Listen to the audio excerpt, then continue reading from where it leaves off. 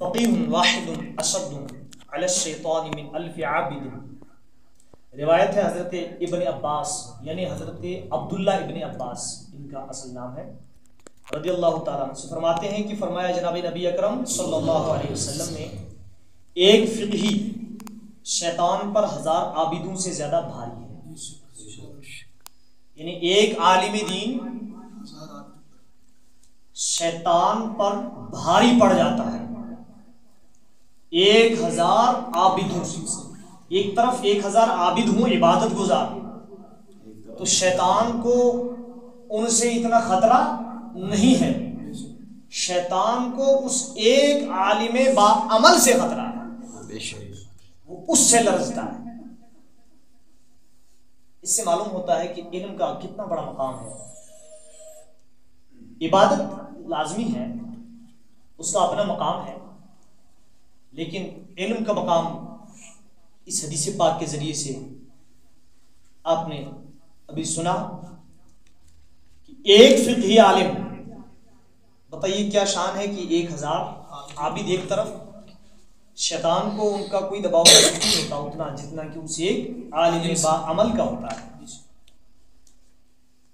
ایک اور حدیث پاک اللہ کے حبیب علیہ الصلوۃ والسلام ارشاد فرماتے ہیں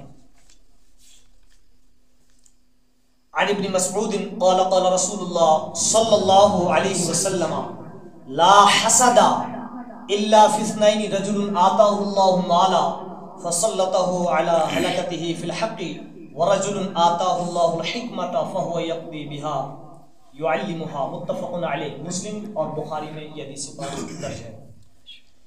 حضرت ابن عباس, ان کا نام بھی حضرت عبداللہ ابن عباس ہے رضی اللہ تعالیٰ عنہ, فرماتے ہیں کہ فرمایا رسول اکرم صلی اللہ علیہ وسلم نے کہ 2 کے سوا کسی میں رشک جائز نہیں.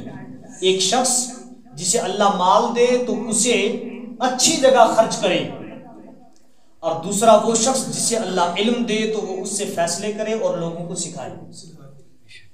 اس حدیث پاک کو تھوڑا سمجھیں. حسد کرنا جائز نہیں ہے, حسد حرام ہے. حسد کو علماء فرماتے ہیں کہ حسد باطنی کتا ہے جو انسان کے جسم میں پلتا ہے. باطنی کتوں میں سے ایک کتا حسد ہے جو انسان کے جسم میں پلتا ہے. رشک کرنا جائز ہے, حسد کرنا جائز نہیں ہے. اس حدیث پاک میں رشک لفظ تو حسد کا آیا ہے, لا حسدہ یعنی حسد نہیں کر سکتے, مگر 2 لوگوں کے بارے میں حسد کر سکتے ہیں. وہاں حسد کا حسد معنی نہیں لیں گے بلکہ حسد کا معنی رشک لیں گے. اب رشک اور حسد کس کو کہتے ہیں, ان 2 کو پہلے تھوڑا سمجھنے کی کوشش کریں.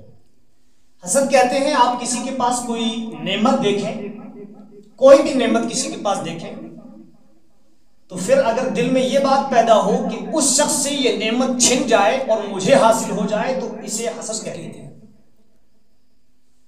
اس سے چھنے یا نہ چھنے وہ رب کی مرضی ہے, تمہیں حاصل ہو یا نہ ہو وہ رب کی عطا کا معاملہ ہے. لیکن حسد حرام ہے, جائز نہیں ہے. آپ سمجھ چکے ہوں گے کہ حسد کس کو کہتے ہیں. کوئی بھی نعمت دیکھ کر اگر دل میں یہ بات پیدا ہو کہ یہ نعمت اس سے چھن جائے اور مجھے حاصل ہو جائے تو یہ حسد ہے.